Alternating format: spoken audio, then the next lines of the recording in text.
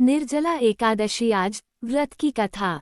जब वेद व्यास ने पांडवों को चारों पुरुषार्थ धर्म, अर्थ, काम और मोक्ष देने वाले एकादशी व्रत का संकल्प कराया था, तब युधिष्ठिर ने कहा, जनार्दन, ज्येष्ठ मास के शुक्ल पक्ष में जो एकादशी पड़ती हो, कृपया उसका वर्णन कीजिए। भगवान श्री कृष्ण ने कहा, हे राजन, इसका वर्णन परम धर्मात्मा व्यास जी करेंगे, क्योंकि ये संपूर्ण शास्त्रों के तत्वज्ञ और वेदांगों के पारंगत विद्वान हैं। तब वेद व्यास जी कहने लगे, कृष्ण और शुक्ल पक्ष की एकादशी में अन्न खाना वर्जित है।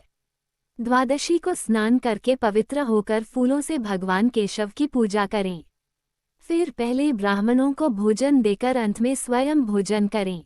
ये सुनकर भीमसेन बोले, परम बुद्धिमान पितामह, मेरी उत्तम बात सुनिए। राजा युधिष्ठिर, माता कुंती, द्रौपदी, अर्जुन, नकुल और सहदेव ये एकादशी को कभी भोजन नहीं करते तथा मुझसे भी हमेशा यही कहते हैं कि भीमसेन एकादशी को तुम भी ना खाया करो, परंतु मैं उन लोगों से यही कहता हूँ कि मुझसे भूख नहीं सही जाएगी। भीमसेन की बात सुनकर व्यास जी ने कहा, यदि तुम नरक को दूषित समझते हो और तुम्हें स्वर्गलोक की प्राप्ति अभीष्ट है और तो दोनों पक्षों की एकादशियों के दिन भोजन नहीं करना। भीमसेन बोले, महाबुद्धिमान पितामह, मैं आपके सामने सच कहता हूँ, मुझसे एक बार भोजन करके भी व्रत नहीं किया जा सकता, तो फिर उपवास करके मैं कैसे रह सकता हूँ।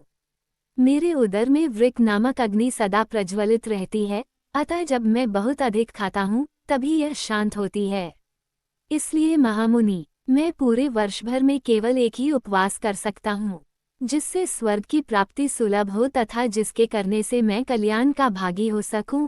ऐसा कोई एक व्रत निश्चय करके बताइए, मैं उसका यथोचित रूप से पालन करूंगा। व्यास जी ने कहा, भीम, ज्येष्ठ मास में सूर्य वृष राशि पर हो या मिथुन राशि पर शुक्ल पक्ष में जो एकादशी हो, उसका यत्नपूर्वक निर्जल व्रत करो। केवल कुल्ला या आचमन करने के लिए मुख में जल डाल सकते हो, उसको छोड़कर किसी प्रकार का जल विद्वान पुरुष मुख में न डालें, अन्यथा व्रत भंग हो जाता है।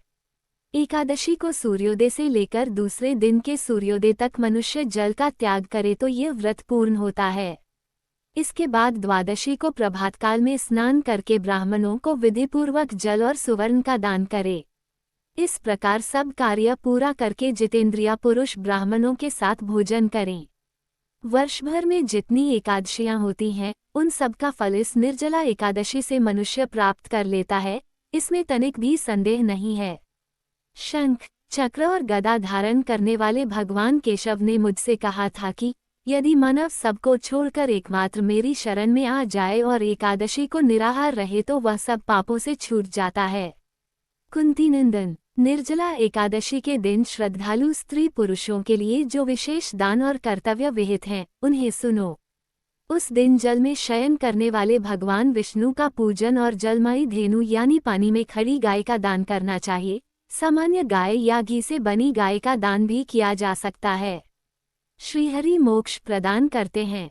जिन्होंने श्रीहरि की पूजा और रात्रि में जागरण करते हुए इस निर्जला एकादशी का व्रत किया है, उन्होंने अपने साथ ही बीती हुई 100 पीढ़ियों को और आने वाली 100 पीढ़ियों को भगवान वासुदेव के परम धाम में पहुंचा दिया है।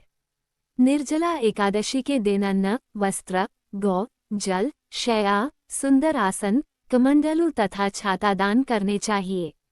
जो श्रेष्ठ तथा सुपात्र ब्राह्मण को जूता दान करता है, वह सोने के विमान पर बैठकर स्वर्गलोक में प्रतिष्ठित होता है। जो इस एकादशी की महिमा को भक्तिपूर्वक सुनता अथवा उसका वर्णन करता है, वह स्वर्गलोक में जाता है। चतुर्दशीयुक्त अमावस्या को सूर्य ग्रहण के समय श्राद्ध करके मनुष्य जिस फल को प्राप्त करता है, वही फल इस कथा को सुनने से भी मिलता है। भीमसेन, ज्येष्ठ मास में शुक्ल पक्ष की जो शुभ एकादशी होती है, उसका निर्जल व्रत करना चाहिए।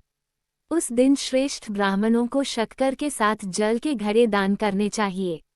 ऐसा करने से मनुष्य भगवान विष्णु के समीप पहुंचकर आनंद का अनुभव करता है।